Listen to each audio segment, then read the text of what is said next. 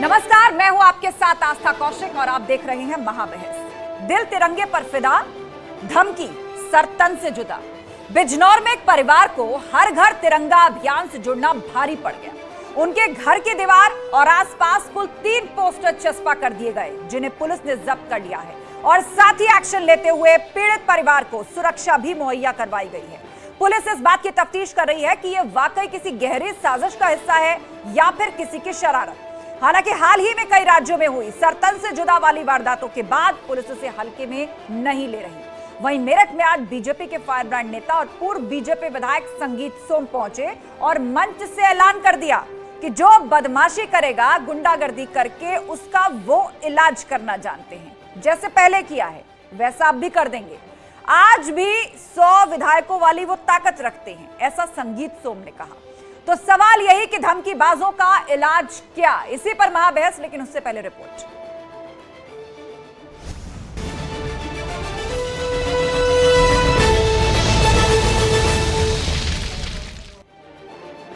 तो इन धमकीबाजों का इलाज क्या है, आज महाबहस इसी पर। और चर्चा के लिए हमारे साथ मेहमान जुड़ना शुरू हो गए हैं। बीजेपी प्रवक्ता एसएन सिंह हमारे साथ है, मनोज यादव काका समाजवादी पार्टी के प्रवक्ता हमारे साथ जुड़ चुके हैं, फजील अहमद मुस्लिम स्कॉलर हमारे साथ हैं और थोड़ी देर में हमारे साथ सैयद नाजिम अली भी जुड़ेंगे और विनोद बंसल वीएचपी के प्रवक्ता भी हमारे बीच जुड़ चुके हैं। आप सभी मेहमानों का बहुत बहुत स्वागत है। इससे पहले हम चर्चा को आगे बढ़ाएं, विस्तार से चर्चा करें। सबसे पहले आप लोगों के ओपनिंग रिमार्क्स 30 सेकंड में, और सवाल मेरा एक एक करके यही है, बात चाहे धमकीबाज की हो, गालीबाज की हो या सरतन से जुदा वाले गैंग की हो, इसका इलाज क्या है परमानेंट। सबसे पहले एसएन सिंह 30 सेकंड। देखिए, उत्तर प्रदेश में एक न्यायप्रिय व्यवस्था चल रही है और किसी को भी कानून अपने हाथ में लेने का अधिकार नहीं है, चाहे वो बर्क साहब खून की नदियां बहाने की बात कहते हो या कोई भी कहता हो। चूंकि उत्तर प्रदेश के 5 साल पहले के भी शासनकाल को आप देखे होंगे, बिना जाति धर्म क्षेत्र को देखते हुए सरकार वही कार्य करती है जो सबके लिए अच्छा होता है। और हम भरोसा दिलाते हैं आपके चैनल के माध्यम से कि उत्तर प्रदेश में कुछ अराजक तत्व पहले से इस तरह की कई बार कोशिश किए, लेकिन प्रदेश की जनता इतनी जागरूक है, प्रदेश की जनता आज सरकार के साथ है कि ऐसे लोगों को मुंहतोड़ जवाब देने का कार्य पूरे हो गए और 30 सेकंड पूरे हो गए। आगे और विस्तार से बात रखने का मौका मिलेगा, लेकिन अब मनोज यादव काका जी बताइए, तिरंगे अभियान से जुड़ने पर सरतन से जुदा, एक बार फिर से वही हमारे बीच में है, कहीं गया नहीं है सरतन से जुदा वाली सोच। 30 सेकंड। हर तरह के नफरती लोगों को और जो लोग भी कट्टरता भरा बयान और कट्टरते भरे व्यवहार का समर्थन करते हैं, उनके खिलाफ सरकार की और समाज की सबकी जिम्मेदारी है कि कड़ी से कड़ी कार्रवाई होनी चाहिए।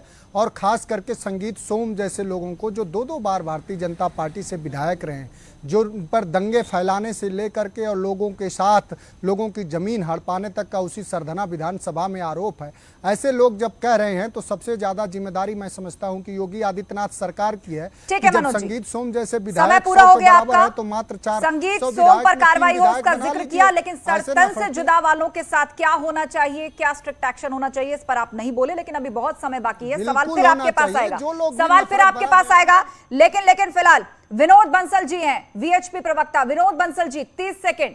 धमकीबाज, गालीबाज, सरतन से जुदा, आपका रिएक्शन। लगता है कि ये जो है ना, धमकी देना, सरतन से जुदा करने की बात करनी और आप ये कहना कि आप चाहे तिरंगा बांट दो, हम तो खंजर से काटेंगे, ये जो मानसिकता है, इस मानसिकता का मानसिकता पर खंजर चलाने की जरूरत है। आज आवश्यकता इस बात की है कि उत्तर प्रदेश जैसे राज्य के अंदर जहां बुलडोजर की शक्ति है, लेकिन अब वो बुलडोजर जो मकान पे नहीं, उस मानसिकता पे चलाना पड़ेगा, उस जिहादी सोच पे चलाना पड़ेगा, जो कि बार बार वो जो हिंदू समाज पर और उत्तर प्रदेश के ऊपर आक्रमण कर रही है। ये आप देखिए कि ये आक्रमणकारियों को नाबूद करने के लिए 30 सेकंड पूरे फजील अहमद को अब जोड़ना चाहेंगे। फजील अहमद जी बताइए, 30 सेकंड के अंदर सरतन से जुदा, वो भी आजादी के दिन, 75 साल पूरे हो गए आजादी के, तिरंगा लगाना चाहता था एक परिवार, घर के बाहर चिपका दिया गया कि अभियान में अगर गए तो सरतन से जुदा होगा। 30 सेकंड। आस्था जी, मैं बहुत दावे के साथ कह सकता हूं कि जिसको सरकार का पावर मिला हुआ है, जो सरकार में कहीं न कहीं से जुड़ा है, उनकी ही ये शरारत है। ये ऐसा कोई आम आदमी ये हरकत नहीं कर सकता कि सरकार के खिलाफ जो हो, वो ये हरकत नहीं कर सकता है कि वो जाकर इस तरह का कोई चस्पा करे। निश्चित रूप से ये किसी शरारती तत्व का हाथ है और सरकार में जिन लोगों को बोलने का काम नहीं मिल रहा है, संगीत सोम जैसे लोग जो फैसलावस्था में थे, उन लोगों को बोलने के लिए कहीं ना कहीं इसकी जांच करनी चाहिए। इनके तार इन लोगों से जरूर जुड़े मिलेंगे। ये भाजपा प्रायोजित ये घटना है। ठीक है फजील अहमद, 30 सेकंड पूरे। लेकिन ये क्या बात कह दी आपने? आपने तो कह दिया कि सर तन से जुदा की धमकी देने वाला जरूर कोई सरकार का ही आदमी होगा, इन्वेस्टिगेशन कर लीजिए। यहां तक बात ठीक थी, लेकिन इससे आगे आप ये भी कह गए कि तार सरकार से जुड़े मिलेंगे। एसएस सिंह जी, ये तो बहुत गंभीर आरोप सरकार पर। अभी तो जांच की बात ही हो रही है, अभी तो विचार है, चर्चा हो रही है, और इस पर मुस्लिम स्कॉलर अभी से मान के चल रहे हैं कि सरकार से जुड़ा कोई आदमी होगा। वापस ले जाना चाहूंगा। ठीक है, जवाब सुन लीजिए एसएस सिंह से। यात्रा के दौरान फजील साहब के एक भाई कांवड़ यात्रा के दौरान इस तरह की हरकत की है, उसमें सरकार के लोग शामिल नहीं थे। चूंकि फजील साहब के जो भाई हैं वो इस तरह के कार्य करते पहले से चले आए हैं। चूंकि अभी एजेंसियां जांच कर रही हैं, इसलिए हम फजील साहब के भाई का नाम नहीं लेना चाहते हैं। लेकिन कांवड़ यात्रा के दौरान आस्था जी आप देखी होंगी कि किस तरह से गेरुआ वस्त्र धारण करके, माथे पे गेरुआ चीज को बांध के, और भारतीय जनता पार्टी को, विश्व हिंदू परिषद को बदनाम करने की कोशिश की जा रही है। तो इस तरह की चीजें ये लोग पहले से करते आ रहे हैं। और चोर मचाए शोर वाली कहानी है। चोर पहले से ही शोर इसीलिए मचाने लगता है कि उसके तरफ से ध्यान दूसरी तरफ चला जाए। लेकिन मैं तो कह रहा हूं कोई बात नहीं, आप देखिए दूध का दूध और पानी का पानी हो जाएगा। आजमगढ़ में भी जो पहले दिन गिरफ्तार हुआ था तो ढेर सारे लोगों को लगता था कि वो तो केवल बुनकर का कार्य करता है। एजेंसियां इसका भी पता कर लेगी कि वो फजील साहब के भाई हैं कि नहीं है। बिल्कुल बिल्कुल, और एजेंसियों पर छोड़ देना चाहिए कि तार कहां से जुड़े हैं। लेकिन इस सोच का क्या करें? फजील अहमद जैसे लोग, मुस्लिम स्कॉलर, वो कह रहे हैं कि जांच कर लीजिए, तार सरकार से या भाजपा से जुड़े मिलेंगे। मतलब पहले से एक सोच बना के चल रहे हैं, उसी के इर्द गिर्द जाल बुना जा रहा है। मनोज यादव जी क्या कहेंगे? आप खंडन करते हैं ऐसी सोच का? अभी थोड़ी देर पहले आप कह रहे थे कि धमकीबाज हो, गालीबाज हो, सत्तन से जुड़ा हो, कानून सजा मिलनी चाहिए। चिल्लाने से अरे आप सुनेंगी या अपना ही कह? नहीं, सवाल तो पूरा पूछने दीजिए ना, उसके बाद फिर आप भी बोलना बंद नहीं करेंगे। कम से कम सुनिए, भी कम से कम सुनने की भी थोड़ी सी आदत डालिए। मैं ये कह रहा हूं आपसे, मैंने स्पष्ट रूप से कहा कि किसी भी तरह के कट्टरता के विचार का, कट्टरता के व्यवहार का स्वागत नहीं किया जाना चाहिए। उसका समाजवादी पार्टी पुरजोर विरोध कर रही है। लेकिन ये जिम्मेदारी सरकार की है। पूरे देश के लोगों ने तिरंगा का सम्मान किया। अगर आप इतिहास पढ़ेंगी, मैंने एक दिन और बताया कि तिरंगे का सबसे ज्यादा अगर अपमान किसी ने किया है तो आरएसएस और भारतीय जनता पार्टी ने किया। मनोज जी इस बात पर पूछा था कि सर तन से जुदा की बात करने वाला शख्स भाजपा या सरकार से जुड़ा है, ऐसी सोच को प्रसारित करने वाले लोगों पर आप क्या कहेंगे? आप के बीच में है आस्था। आपको स्पष्ट मैं जवाब दे रहा हूं कि हर तरह का नफरत फैलाने वाले लोगों के खिलाफ कड़ी से कड़ी कार्रवाई करनी चाहिए। लेकिन दरबारी पत्रकार कार्रवाई नहीं करने देना चाहते हैं। दरबारी पत्रकार ये चाहते हैं कि हिंदू मुस्लिम पत्रकार रास्ता रोकते हैं, पुलिस का, एजेंसियों का। हम तो कह रहे हैं कि पत्रकारों को कैसे घसीटा आपने? पत्रकारों ने हाथ बांध रखे कानून के। पत्रकार कहां से आ गए? सवाल का जवाब दीजिए आप। में जो है सीआरपीएफ कैंप पे जो हमला करता है, सवाल का छोड़ने का कार्य मनोज काका की पार्टी करती है। आपकी सरकार में भी यही होता था क्या? यादव जी कहते हैं ऐसा चलता था आपकी सरकार में? अरे भाई, भाईचारे कायम करने के लिए आप इस तरह की घटना को अंजाम देते हैं। और मैं तो कह रहा हूँ आस्था जी, ये सारे ठीक है, मेरे सवाल का जवाब आपको नहीं देना है, कोई बात नहीं। लगाए गए कि संगीत सोम पर भी कार्रवाई होनी चाहिए। अरे मनोज काका जी, ये सारे बीज आपके लगाए गए हैं, लेकिन बहुतेरे सर कुचल दिए गए हैं। गाली देगा, जैसी सोच की बात करेगा, सब पर कार्रवाई होनी चाहिए। लेकिन बात यह है कि जांच पूरी हो। जांच शुरू नहीं हुई उससे पहले ये धारणा बना के चलना, दोषारोपण करना कि देख लीजिए इसकी जड़ में कौन निकलेगा, ये सोच गलत है। ये सोच गलत है। विनोद बंसल जी, इसको अभी से कम्युनल रंग दिया जा रहा है और कहा जा रहा है कि सर तन से जुदा वाली जो बात है, इसकी जड़ में भाजपा या सरकार से जुड़ा ही कोई आदमी निकले। आस्था जी, इन लोगों का तो हमेशा इसकी रही भावना जैसी प्रभु मुहूर्त देखी तिन तैसी। आप देखिए, ये वही लोग हैं जो कि कन्हैया लाल की जब हत्या होती है तभी चुप रहते हैं, और ये वही लोग हैं जब उमेश कोहली की हत्या होती है तब उसमें भी कहीं ना कहीं भाजपा देखते हैं। और आप मुझे बताइए कि जब अभी शिवमोगा के अंदर एक हिंदू युवक को मारने की कोशिश हुई, वो उसमें भी वो उसी देखेंगे कि भाजपा का ही होगा कोई ना कोई। अब परसों जो है अपने गुजरात के बनासकांठा के अंदर एक हिंदू युवक के ऊपर नरसंस हत्या का प्रयास किया गया, वो भी इस्लामिक जिहादियों द्वारा किया गया। वहां भी लगता है भाजपा ही होंगे, ऐसा लग रहा है इनको। आप मुझे बताइए कि जहां देखा वहीं जो जो जो काम बुरा करे वो भाजपा ही। आप मुझे बताइए कि आखिरकार ये सोच कहां से आई। और ये जो लोग हैं ना, ये भाजपा को प्रहार नहीं कर रहे, ये उन लोगों को कवर फायर देने की कोशिश कर रहे हैं जो दुनिया को जलाना चाहते हैं, जो जो इस्लाम का नाम बदनाम करना चाहते हैं, जो इस्लाम को जो है कट्टरपंथी और हिंसा का आतंक का जन्मदाता बताना चाहते हैं, जो लोग पैगंबर मोहम्मद साहब के नाम पर और ये जो इस्लाम के नाम पर, कुरान के नाम पर, हदीसों के नाम पर जिस तरह का बलवा करने की कोशिश कर रहे हैं, ये उन लोगों पर चुप रहेंगे, उनको कवर फायर देने का काम करते हैं इस तरह से करके। आप मुझे बताइए, इस मामले की तीव्र निंदा करनी चाहिए, उसकी बजाय ये अनावश्यक रूप से आरोप प्रत्यारोप लगाते हैं। बिल्कुल, ये सवाल फजील अहमद के पास जाएगा, फजील अहमद के पास जाएगा। बिना जांच पूरी हुए क्या वो इस तरह की सोच या इसके पीछे असली चेहरा कौन है उसको कवर फायर देने का काम करते हैं? ठीक है, लेकिन उससे पहले जिक्र संगीत सोम का भी हुआ है और हमने भी अपनी रिपोर्ट में दिखाया है कि उन्होंने मंच से किस तरह की बातें कही हैं।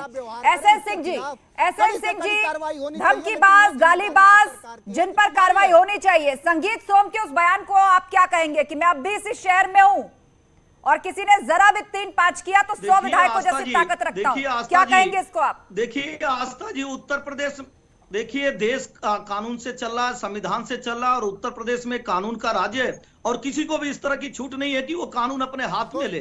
लेकिन जो कार्य पुलिस को करनी है और एसएनसी नहीं कर पाएंगे करेंगे, वो पुलिस ही करेंगी। लेकिन मैं कह रहा हूँ संगीत सोम ने क्या गलत कहा उसको सुनिए। संगीत सोम कह रहे हैं कि मनोज काका के जो पहले से शरणार्थी हैं जिनको सिमी पे प्रतिबंध हटाते हुए मनोज काका ने बढ़ाया है, अगर वो इस तरह से चाहते हो कि मुजफ्फरनगर जैसे दंगा हम दोबारा कर देंगे और बाद में आजम खान का खून आ जाएगा, तो इस तरह की चीजें नहीं होगी। वो इस बात को याद दिला रहे हैं कि ये वो उत्तर प्रदेश नहीं है जब मऊ में सरकार के नाक के नीचे 5 दिन तक तांडव मचाया जाता है और आदरणीय मनोज जी, दे देते हैं, मैं आपको अलग से समय दे दूंगी काउंटर का। जाएगा और किसी को इस गलतफहमी में नहीं होना होगा। जो गलत कार्य करेगा हम तो कठोर दंड के विधान की व्यवस्था रखे हुए हैं। और मैं तो कह रहा हूं संगीत सोम जी को भी ऐसा नहीं बोलना चाहिए, किसी को भी ऐसा नहीं बोलना चाहिए, लेकिन सरकार भी तो यही कहती है, आदरणीय मुख्यमंत्री जी भी कहते हैं कि अगर कोई गलत कार्य करेगा निश्चित तौर पे वो छोड़ा नहीं जाएगा। ठीक है, वो अगर सेंसिंग कर रहे हैं, कोई भी कह रहा तो स्वीकारना चाहिए। विनोद बंसल जी, आप कुछ बोलना चाहते हैं लेकिन उससे पहले मनोज यादव बात पूरी कर लें। मनोज यादव बात पूरी बोले। मनोज जी, ठीक है, एसएन जी आपकी बात आ गई, एसएन सिंह जी बात आ गई। मनोज यादव 20 सेकंड खत्म कीजिए, उसके बाद विनोद बंसल। मैंने बहुत स्पष्ट रूप से कहा कि कानून व्यवस्था राज्य सरकार की प्राथमिक जिम्मेदारी है। किसी भी तरह के कट्टरता भरे बयान का, कट्टरता भरे सोच का कोई भी व्यक्ति समर्थन नहीं कर सकता, लेकिन उसके आड़ में आप लोगों के रोटी के, कपड़ा के, मकान के, आज उत्तर प्रदेश में नौजवान 93,000 घटना हुई थी उसका समर्थन कौन किया था? जो वाराणसी में विस्फोट हुआ उसका समर्थन कौन किया था?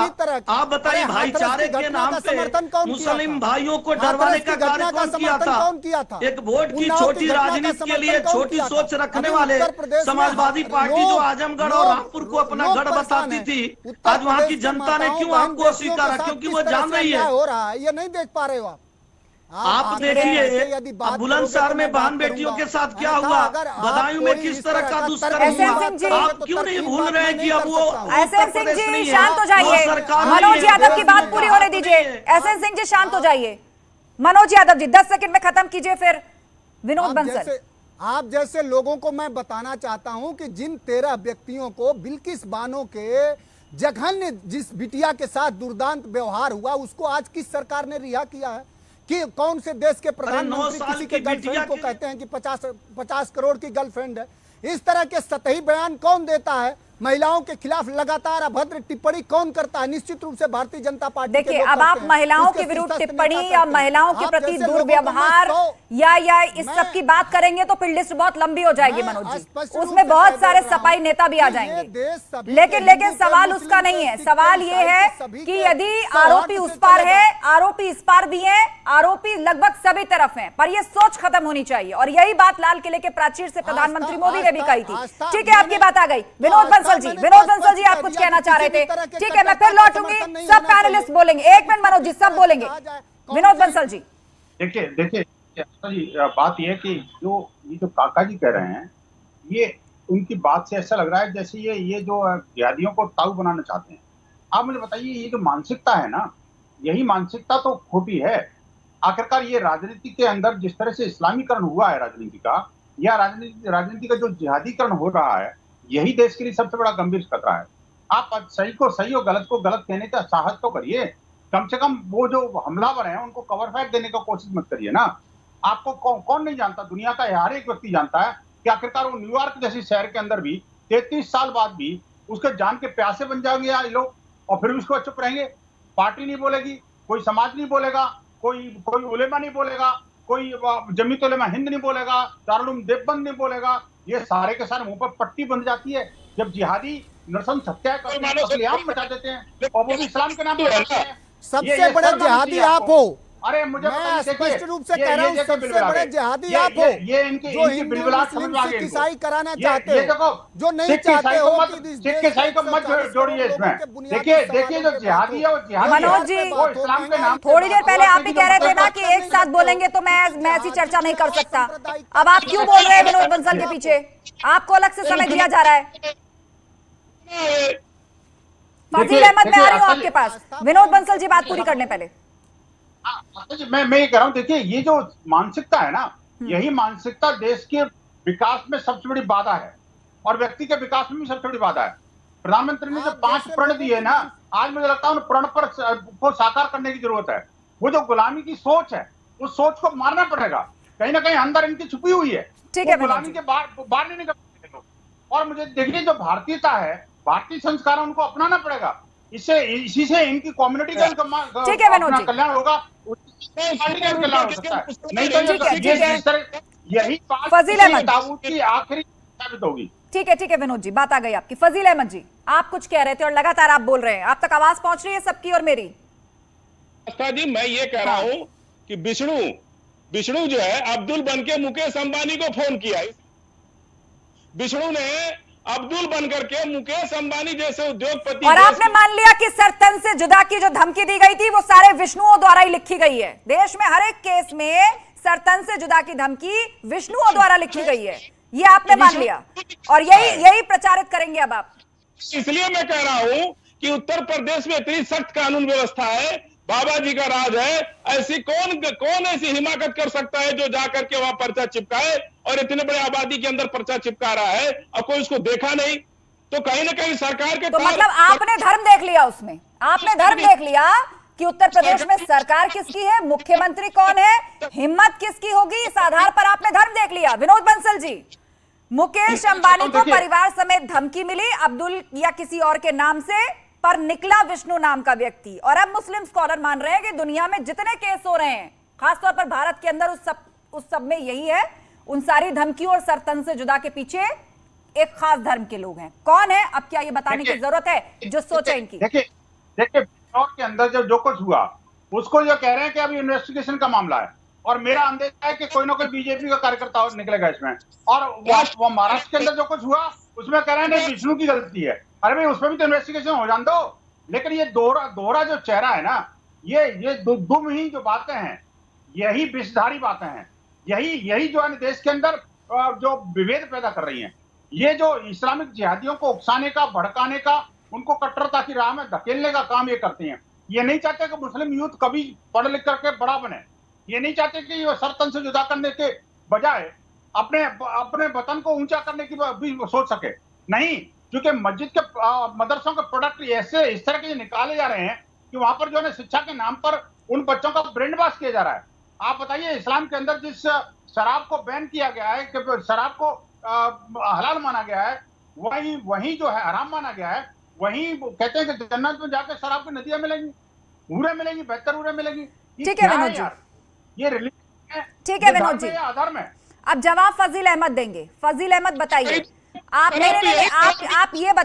ये बताइए जिस राजनीति के तुष्टीकरण की बात हो रही है, जिसे बार बार भाजपा या फिर उसकी सहयोगी संगठन कहते हैं, इसका इल्जाम या सवाल आप पर क्यों ना लगाया जाए? हर जगह तो आप इन्वेस्टिगेशन चिल्लाते हैं, और यहां पर आपने डिक्लेयर कर दिया कि जरूर हिंदू ही रहा होगा जिसने कहा होगा कि सरतन से जुदा कर देंगे मेरठ में।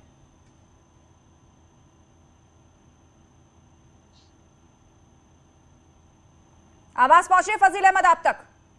जी, मैं ये कह रहा हूं कि अभी तक जितनी भी घटनाएं हुई हैं, और अभी निशंक की यही बंसल जी से हमारे साथ भी डिबेट में थे, निशंक की भी एसआईटी ने जांच रिपोर्ट दे दी कि उसका खुद का सुसाइड केस था। उसके बाद कई जितनी एक मंदिर में स्लिप चिपकी, बाद में मालूम चला कि उनके अपने परिवार के लोग ही स्लिप चिपकाए थे। जितनी घटनाएं हो रही सब में तो इनके ही परिवार के और इनके संबंधी निकल रहे, जहां हो रही यही लोग निकल रहे, और कोई अब इसका दुश्मनी का फायदा उठा रहे लोग। उत्तर प्रदेश के अंदर इतनी कानून व्यवस्था सख्त है, कौन दूसरा आदमी किसको पड़ी है जाके वहां पर्चा चिपकाएगा झंडा फहराने के लिए? पूरे देश के हिंदू, मुसलमान, सिख, ईसाई ने पूरे देश में झंडा फहराया और जश्न मनाया, अमृत महोत्सव, खुशी खुशी। पूरे देश में एक भी घटना नहीं हुई। इन लोगों को बेचैनी हुई। आपके हिसाब से ये जो सर तन से जुदा करने वाली बात है, ये आस पड़ोस की कोई लड़ाई रही होगी? एसएन सिंह जी, बेकार ही पुलिस प्रोटेक्शन दी जा रही है, आपने उस परिवार को सुरक्षित करने के लिए वहां पर सुरक्षा कर्मी लगा दिए, तो आस पड़ोस का मामला बता रहे मुस्लिम स्कॉलर। देखिए, फजील साहब को अधूरी जानकारी रहती है और सिर्फ एक धर्म की बात करते हैं, न्यायप्रिय बात नहीं करते। कुशीनगर में झंडा कौन लहराता है और हाथ में लेकर लहराता है और उसका नाम क्या आता है? आजमगढ़ में जो पकड़ा जाता है वो कौन पकड़ा जाता है? कानपुर में जो दंगे होते हैं और 200 लोग जो कंकड़ पत्थर चलाते हैं, ये जरूर है कि कानून व्यवस्था अच्छी है, लेकिन उसमें भी जो कई राजनीतिक पार्टियां सांप की तरह लोगों को पाल के रखी थी, जिनका सर कुचलना अभी बाकी रह गया है, वो बिल से निकलकर थोड़े देर तक बिल बिला रहे हैं। लेकिन मैं भरोसा दिलाता हूं आस्था जी कि अच्छी बात है, थोड़ा सा भरोसा रख के हमारे मुस्लिम जो स्कॉलर यहाँ बैठे हैं, और जो कोई भी रहेगा न्यायप्रिय तरीके से, वास्तविक तरीके से जांच होगी, चाहे वो हिंदू, मुस्लिम, सिख, ईसाई कोई भी हो, जो गलती किया होगा उसके साथ होगा। लेकिन ऐसे कह देना हर जगह, अरे भाई हमारी सरकार थी उसमें भी हिंदू परिषद के एक लोगों की, तिवारी की हत्या होती है कि नहीं होती, और किसका नाम आता है? आपके भाई का नाम आता है। आप ऐसे नहीं कर सकते। आप इन चीजों को इस तरह से जोड़ के देखेंगे तो आप कुशीनगर की बात को भी कहिए, आप रामपुर की भी बात को कहिए, और अभी जब हमारे निकले हुए थे तमाम, अब डिबेट क्लोज करनी है, मैं चाहती हूँ कि जाने से पहले स्पष्ट रूप से समाजवादी पार्टी का भी रुख इस पर जान लिया जाए। मनोज यादव जी, कहा जाता है बार बार कि आतंक का धर्म मत देखिए, लेकिन सर तन से जुदा की धमकी के पीछे मुस्लिम स्कॉलर धर्म बता रहे हैं। मैं आस्था समझ नहीं पा रहा हूं कि आप किस तरह के हिंदी वक्तव्यों को समझती हैं। एक बार नहीं, 1000 बार मैं कह रहा हूं कि समाजवादी पार्टी हर तरह के कट्टर विरोध का, कट्टर सोच का, चाहे वो किसी धर्म जाति का हो, उसका सख्त विरोध करती है। लेकिन ये भारतीय जनता पार्टी के और ये जो दरबारी बैठे, कोई बात नहीं, मुकम्मल समय है, चंदा लेके आ जो भी बोल रहे हैं जनता तक जाना चाहिए, जनता पार्टी, क्योंकि जनता बहुत समझदार है। सरकार उत्तर प्रदेश के लोगों को, आम लोगों मैं एक सवाल इनसे 3 से 4 बार पूछ चुकी हूँ और चारों बार किस तरह ये उससे बचे। सुनने दीजिए जनता। अगर आपके लोगों ने ऐसा काम किया हो, बनाने का जहर बोलने का ठीक है, काम किया हो, तो ये गलत बात है। तिरंगा को ऐसे जोड़ के मत देखिए। ठीक है, जब कुछ नहीं मिलेगा तो आप लोग पत्रकारों पर आरोप लगाना शुरू कर देंगे। यही आप चुनावी मौसम में भी कर रहे थे और उसके बाद नतीजे आपने देख लिए, और यही अब भी कर रहे हैं। जब सवालों से बचना होता है तो किस तरह आप या तो विषयों को भटकाते हैं, और जब कुछ नहीं हाथ लगता तो पत्रकारों पर ही हमला कर देते हैं। बहुत शुक्रिया आप सभी का इस चर्चा में शामिल होने के लिए। तो महाबहस में फिलहाल इतना ही।